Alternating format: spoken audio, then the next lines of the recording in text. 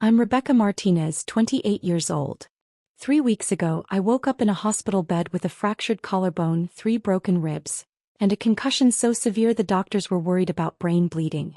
My 6-week-old daughter Emma was with a stranger, a professional newborn care specialist I'd hired from my phone while paramedics were cutting me out of my totaled Honda. The accident wasn't my fault.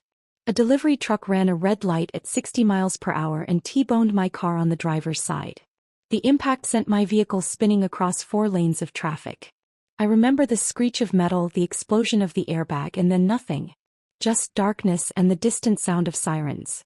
When I regained consciousness in the ambulance, my first words were about Emma. "Hi baby," I whispered through the oxygen mask. 6 weeks old. At home with neighbor. Need someone. The paramedic, a woman in her 40s with kind eyes, squeezed my hand. "We'll help you figure it out. Stay calm." But I couldn't stay calm. Emma was exclusively breastfed. She'd never taken a bottle. My neighbor Mrs. Chin was 72 and had only agreed to watch Emma for the 20-minute drive to the grocery store. Now it had been 40 minutes and I was heading to the ER instead of home. From the ambulance, with shaking hands and vision still blurry, I called my mother. She answered on the 3rd ring. "Rebecca? I'm at the spa." "What is it?" "Mom." My voice cracked. "I've been in a car accident. Bad one. I'm in an ambulance. Emma's at home with Mrs. Chin. Can you please go get her? I don't know when I'll." "An accident?"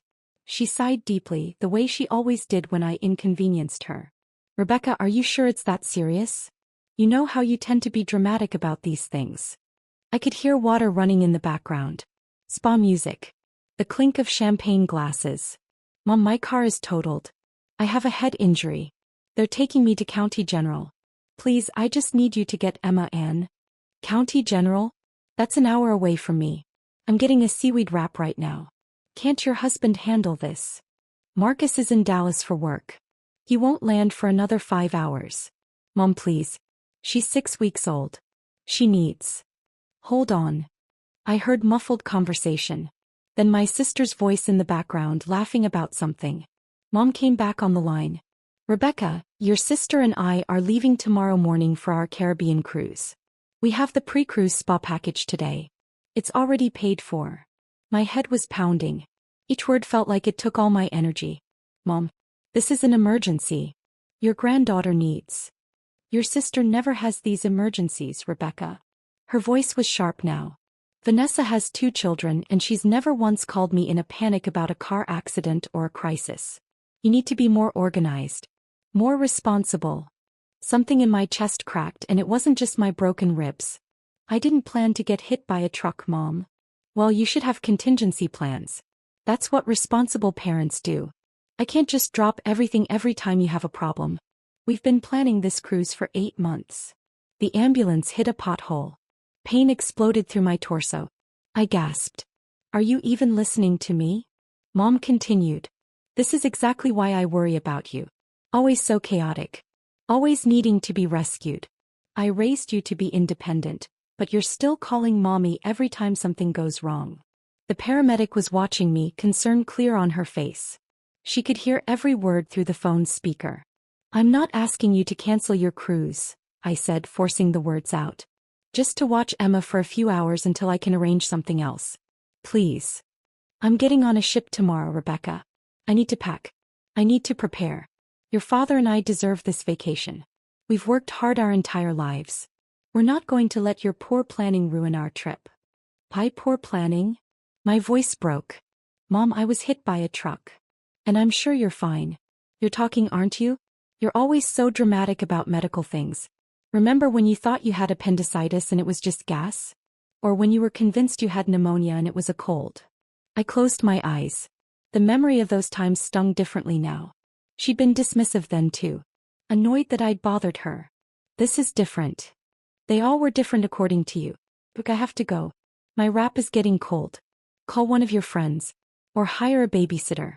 You make good money, don't you?" Problem solved. The line went dead. I stared at my cracked phone screen, my mother's contact photo smiling back at me. It was from last Christmas. She was holding Emma, her first grandchild, looking proud for the camera. I'd thought things would be different once Emma was born. that maybe becoming a grandmother would soften her. I was wrong. The paramedic touched my arm gently. Do you have someone else you can call? I scrolled through my contacts with trembling fingers. My best friend Alicia was in Seattle for a conference. Marcus's parents were in Arizona. My neighbor Mrs. Chin couldn't handle a newborn for more than an hour. Then I found it. A business card I'd saved in my phone 6 months ago when I was pregnant and researching childcare options. Elite Newborn Care, 24/7 Emergency Services. With the paramedics' help, I called them. A calm voice answered immediately. Elite Newborn Care, this is Monica. I need help. The words tumbled out. I'm in an ambulance. Car accident.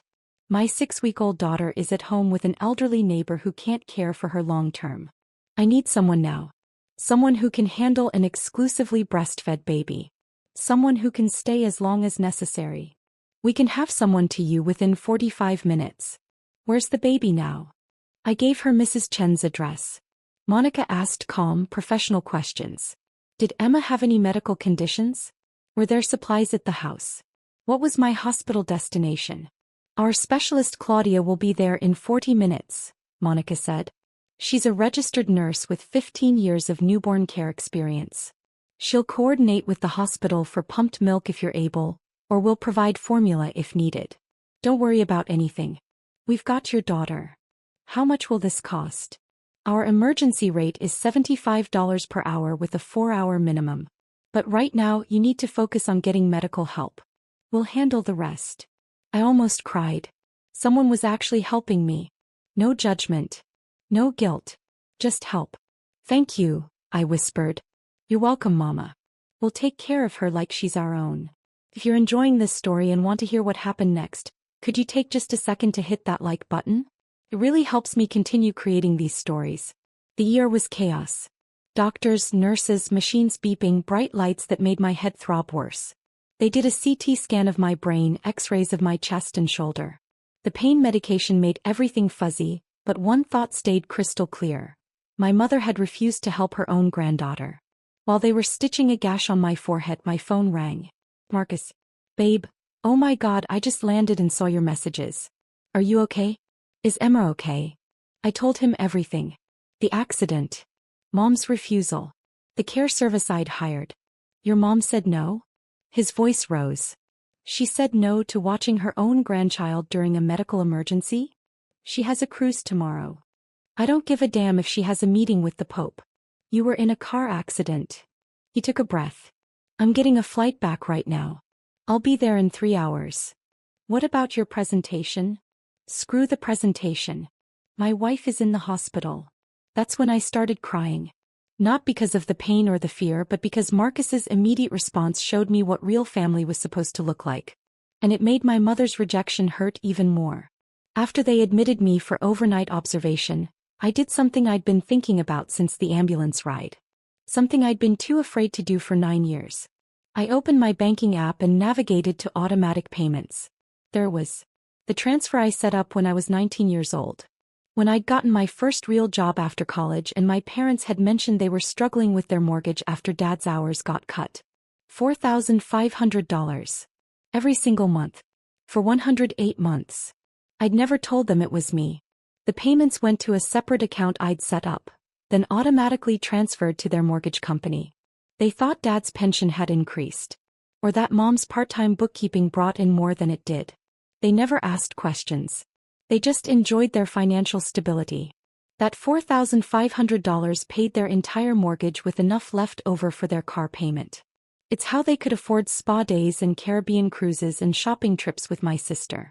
It's how Dad could retire at 62 instead of working until 65. $4,500 times 108 months. $486,000. I'd paid nearly $500,000 to keep my parents comfortable. And my mother couldn't spare 3 hours to hold her granddaughter while I was in the hospital. I canceled the automatic payment. Then I did something else. I opened a new savings account.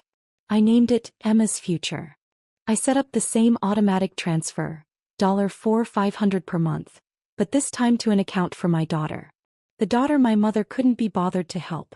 My finger hovered over the confirm button for only a second. Then I pressed it. A nurse came in to check my vitals. "You're looking better," she said. "Color's back in your face. I just made a decision I should have made years ago." She smiled. "Those are usually the best kind." Around 8 p.m. there was a knock on my hospital room door. I expected Marcus, but instead a tall man in his 70s walked in. Gray hair, sharp blue eyes, wearing a cardigan despite the California heat. Grandpa. My mother's father. The man who'd taught me to fish, who'd paid for my college textbooks when money was tight, who'd slipped me $200 every birthday, for something special, even after I was an adult. Grandpa. I tried to sit up, wincing. "How did you?" "Mrs. Chen called me." He pulled a chair close to my bed. "Said you'd been in an accident and that my daughter refused to help with the baby. Said she overheard your phone conversation when you stopped by to get Emma earlier." I'd picked up Emma from Mrs. Chen's house before the paramedics took me to the hospital. The care specialist Claudia had met me there. Apparently Mrs. Chen had been horrified by what she'd heard. "Grandpa, I'm okay. Emma's with a professional caregiver. Everything's..." "Stop." His voice was gentle but firm. "Don't do that. Don't minimize what happened." He sat in silence for a moment, just looking at me. Then he said, "Your grandmother and I paid for that cruise." I blinked. "What?" "The Caribbean cruise your mother's been talking about for months. We paid for it. Bought it for her and your father's anniversary. Cost us $12,000 for the premium package." He shook his head. "I thought we were giving them a nice gift. Didn't realize we were funding their excuse to abandon their daughter and granddaughter." "Grandpa, you didn't know. I called your mother an hour ago." His voice hardened. "Told her I knew what she did. You know what she said?" I waited. "She said you were being dramatic. That you were fine. That you'd always been too dependent and needed to learn to handle things yourself." He leaned forward. Then she said, "Emma isn't even my responsibility. Rebecca chose to have a baby. She needs to deal with the consequences." The words hit me like a second collision. "Consequences," I repeated. "She called my daughter a consequence." That's when I told her the cruise was cancelled. My eyes widened. "What?" "I called the cruise line.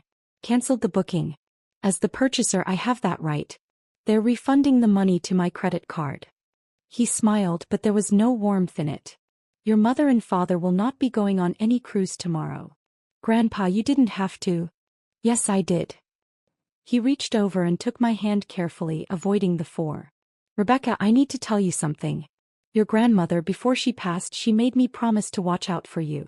Said she worried about how your mother treated you differently than Vanessa." I felt tears building. I thought maybe she was seeing things that weren't there. Grandmothers can be protective. But over the years I've watched. I've seen the patterns. The way your sister gets praised for the same things you get criticized for. The way your accomplishments get dismissed while hers get celebrated. The way you're always expected to be understanding while she's allowed to be selfish. "It's just how Mom is," I said weakly. "It's how you've let her be. How we all let her be." He squeezed my hand. "Not anymore. Not after this." There was another knock.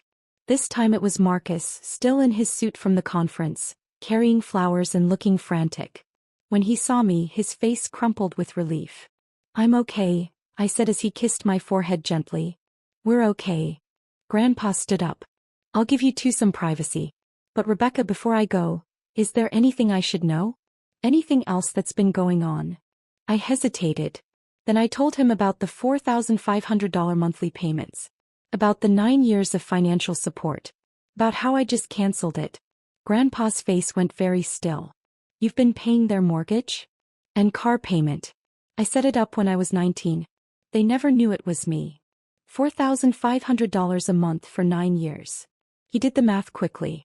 That's nearly $500,000. $486,000, I confirmed. Marcus was staring at me. "You never told me." "I didn't tell anyone. They needed help and I could provide it, so I did." Grandpa was quiet for a long moment. Then he said, "Did they ever thank you? Ever acknowledge the help?" "They didn't know it was me. But they knew their financial situation improved dramatically. They knew they suddenly had extra money every month. Did they ever question it? Ever wonder? Ever think maybe they should be more careful with money that appeared out of nowhere?" I'd never thought about it that way. They just spent it, I said slowly. On cruises and shopping and spa days and helping Vanessa with her down payment and, I stopped. They helped Vanessa buy her house with my money. And when you were in a car accident with a 6-week-old baby, your mother couldn't spare 3 hours. Grandpa's voice was ice. She took your money for 9 years and couldn't give you 3 hours. He pulled out his phone. I'm making a call. You rest. He walked into the hallway but I could hear his voice through the door. Patricia, it's Dad. No, I'm not discussing the cruise again. I'm calling about something else. Something I just learned. Pause. Did you know Rebecca has been paying your mortgage for 9 years? Silence. Then Grandpa's voice again, harder. $4,500 a month, Patricia. $486,000 total. Your daughter, the one you called dramatic today, the one you refused to help, has been keeping you financially afloat since she was 19 years old. Another pause. She canceled the payments this afternoon. From her hospital bed. After you abandoned her and your granddaughter. I could hear my mother's voice now, shrill even through the phone. Grandpa let her talk for a moment. Then he said the words that changed everything. You have 24 hours to make this right, Patricia. 24 hours to apologize to your daughter, to meet your granddaughter properly, to show even a fraction of the gratitude and love she deserves. If you don't, I'm changing my will. Everything I plan to leave you, the house in Pasadena, the stocks, the savings bonds, all of it, goes to Rebecca and Emma instead. More shouting from the phone. I'm not bluffing. I already called Gerald Hoffman, my attorney. He's drafting the changes tomorrow morning. You think I'm going to leave my estate to someone who treats their own daughter like garbage? Who calls their granddaughter a consequence? His voice dropped. Your mother would be ashamed of you. I know I am. He hung up. Marcus and I sat in stunned silence. Grandpa walked back in looking 10 years older but somehow more determined. That woman is my daughter and I love her. But love doesn't mean accepting unacceptable behavior. Your grandmother taught me that. Grandpa, your will, you don't have to. It's already done in my mind. Whether she apologizes or not, you're getting the majority. But I'm giving her 24 hours because your grandmother would want me to give her daughter a chance to do the right thing. He kissed my forehead. Get some rest. I'm going to go meet my great-granddaughter. Marcus, text me the address of that care service. After he left, Marcus climbed carefully into the hospital bed next to me, holding me like I was made of glass. $500,000, he whispered. Babe, we could have paid off our house. I know. We could have started Emma's college fund years ago. I know. Why didn't you tell me? I was quiet for a long time.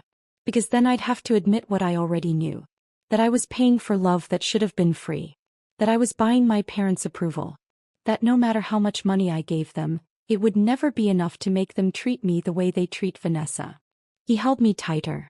I'm sorry, he said. For what? For not seeing it sooner. For not protecting you from them. You did protect me. You flew home from Dallas in the middle of your biggest presentation of the year. That's just basic human decency, Beck. That's the bare minimum. Exactly, I said. And my mother couldn't even manage that. My phone started ringing around 10 p.m. I declined the call. She called again.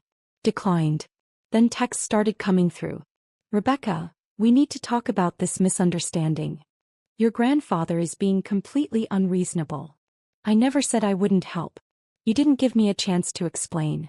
You're tearing this family apart over a simple miscommunication. I blocked the number.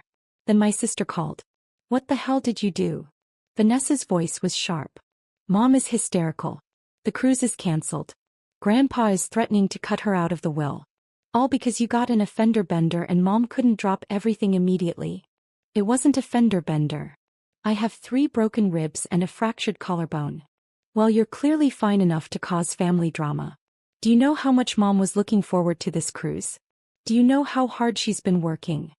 Working? I almost laughed. Vanessa, I've been paying their mortgage for 9 years. $4,500 every month. That's how Mom can afford not to work. That's how Dad retired early. That's how they helped you with your house down payment. Silence. You're lying. Check with Grandpa. Or better yet, ask Mom. Ask her where she thought that extra $4,500 a month was coming from for the past 9 years. Even if that's true. It is true. It doesn't give you the right to manipulate Grandpa. He's elderly. He's not thinking clearly. He's thinking more clearly than anyone. He sees exactly what Mom is. What you are. What I am. Her voice rose. I'm not the one blackmailing my own mother with Grandpa's inheritance. No, you're just the one who gets everything handed to you while I pay for it. The golden child who can do no wrong while I'm always the problem. I took a breath. I'm done, Vanessa. I'm done funding your lifestyle. I'm done being the family A-team. I'm done accepting scraps of attention while you get celebrated for existing. You're being insane. Mom loves you. Mom tolerates me as long as I'm useful. Today I learned exactly how much my usefulness is worth. 3 hours. She couldn't give me 3 hours for her granddaughter. She had plans. I had a head injury. Vanessa was quiet for a moment. Then, you know what? Fine. Keep Grandpa's money. Keep your victim mentality. But don't expect me to feel sorry for you when you end up alone because you pushed everyone away. She hung up. Marcus had been listening to the whole conversation. You okay? Actually, yeah. And I meant it. For the first time in a long time I feel like I can breathe. The next morning I was discharged with strict instructions to rest for 2 weeks. Marcus brought Emma to the hospital and I held my daughter for the first time since the accident. She was perfect. Healthy. Content. Claudia, the care specialist, had done an amazing job. She kept detailed notes about feeding times, diaper changes, sleep patterns. She'd even pumped and stored the breast milk the hospital had helped me express. You have a beautiful daughter, Claudia said as she gathered her things. And you're a strong mama. Not many women could make the calls you made from an ambulance. I had help. Thank you for being there when my own mother wouldn't. She smiled sadly. Family is who shows up. Remember that. We went home to flowers. Dozens of bouquets from friends, from Marcus's co-workers, from neighbors. Cards wishing me a speedy recovery. Nothing from my parents. Nothing from my sister. But there was something from Grandpa. A large box with a note. For Emma's future. Because she deserves grandparents who choose her first. Love, Grandpa Joe. Inside were savings bonds. $50,000 worth. I cried. The 24-hour deadline passed. No apology came. No phone call. No text. Grandpa's attorney called the next day to confirm the will had been changed. Rebecca Martinez and Emma Martinez were now the primary beneficiaries. My mother would receive $10,000, enough for a nice vacation but not enough to maintain the lifestyle my money funded. 2 weeks after the accident, my mother's mortgage payment bounced. Then their car payment. I know because she called from a number I didn't have blocked. Rebecca, there's been some kind of mistake with our mortgage. The payment didn't go through. Can you check your end? I took a deep breath. There's no mistake, Mom. I canceled the payments. What? Why would you? She stopped. Wait, that was you? All these years, that was you sending the money. Every month since I was 19. But we thought, your father's pension was barely enough to cover your utilities. I covered everything else. For 9 years. Rebecca, you can't just stop. We'll lose the house. We'll lose everything. Like I almost lost everything when that truck hit me. When I was alone in the ambulance, terrified, calling my mother for help and getting rejected. I apologized for that. I called Grandpa Ann. You called Grandpa to save your inheritance. You never apologized to me. Silence. Mom, you had 9 years of financial support from me. 9 years I gave freely, expecting nothing in return except maybe to be treated like I mattered.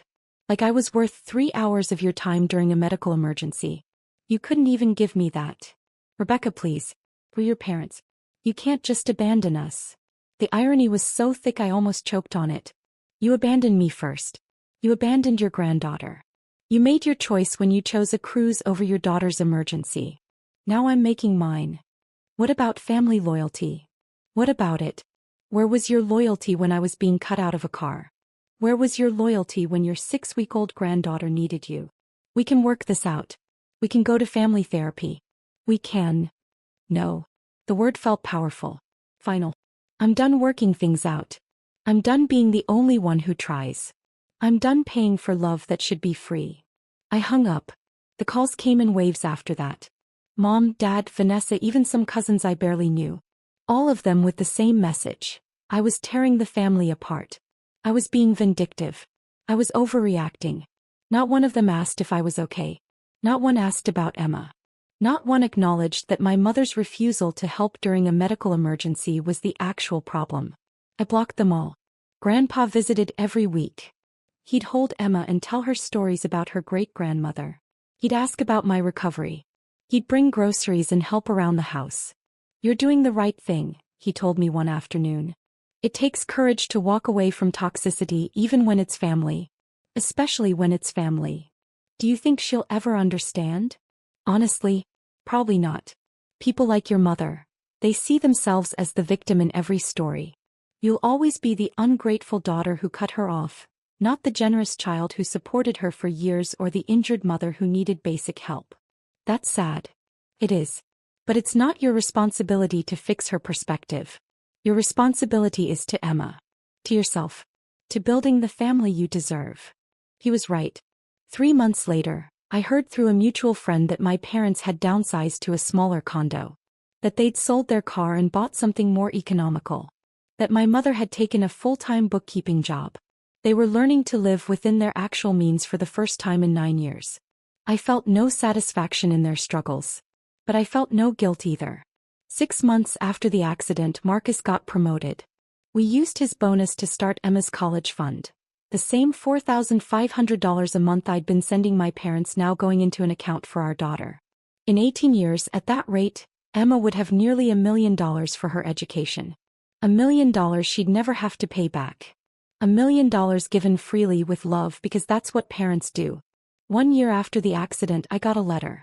Not from my mother but from my sister. "Rebecca, I'm writing because I finally understand what you tried to tell me. Mom asked me to start helping with their bills. She said it was temporary just until they got back on their feet. That turned into monthly requests for money. Then weekly. Then almost daily. She's asked me for $47,000 so far this year. I've given her $23,000. My husband is furious. My marriage is struggling. And when I told Mom I couldn't give any more, she called me selfish. Ungrateful. Just like she used to call you. I get it now. You weren't exaggerating. You weren't being dramatic. You were being used, and the moment you couldn't be useful anymore, you were disposable. I'm sorry I didn't believe you. I'm sorry I chose her over you. I understand if you never want to talk to me again. But I wanted you to know, you were right about everything. Your sister Vanessa." I read the letter 3 times. Part of me wanted to feel vindicated. To say, "I told you so." To welcome her into the club of daughters who'd finally seen through our mother's manipulation. But mostly I just felt tired. I wrote back. Not a long letter. Just a short note. "Vanessa, thank you for your honesty. I hope you find the courage to set boundaries like I did. You deserve better than being an ATM. I'm not ready to rebuild a relationship yet. Maybe someday. But I appreciate you acknowledging the truth. Take care of yourself, Rebecca." I didn't hear from her again. And that was okay. Emma is 2 years old now. She's funny and fierce and doesn't know anything about the grandmother who called her a consequence. She knows Grandpa Joe, who visits every Sunday and reads her the same stories he read to me. She knows Marcus's parents, who flew from Arizona to help when she had croup and never once complained. She knows family is the people who show up. Last week, we were at the park when another mother asked if Emma's grandparents ever visit. "Oh yes," I said, watching Emma giggle as Grandpa pushed her on the swing. "Her grandfather comes every week." "What about your parents?" I smiled. "That is my parent. The one who matters." The woman looked confused but didn't press. "Here's what I've learned in the 2 years since that car accident. Some people will only value you for what you provide. The moment you stop providing it, they'll show you exactly who they are. Believe them. Don't waste years trying to earn love that should have been freely given." I think about that $486,000 sometimes. $500,000 I'll never get back. Money that could have changed my life in a dozen different ways. But I also think about what I gained by cutting them off. Peace. Self-respect. A clear understanding of my worth. A family built on genuine love rather than obligation and guilt. That's worth more than any dollar amount. My mother sends a card every year on Emma's birthday. I don't open them. They go straight into a box in the garage. Maybe one day Emma will want to know about that side of her family. Maybe she'll want to read them. But right now she's got everything she needs.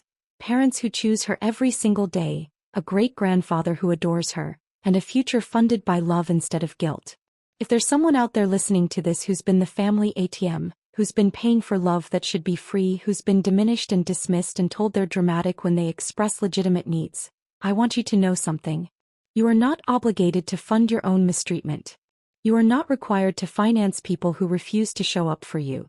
You are allowed to keep your money, your time, and your energy for people who actually value you.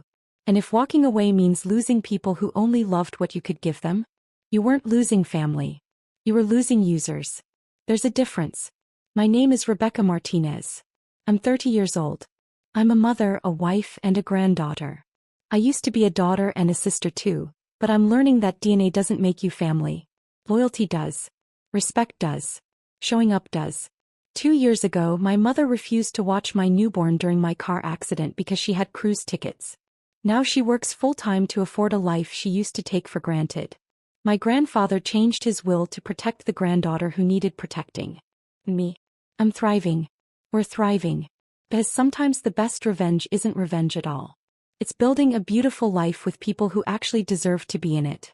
If you found strength in this story, drop a comment below and let me know where you're listening from. And if you've set similar boundaries with toxic family members, you're not alone. We're all out here building better families one choice at a time.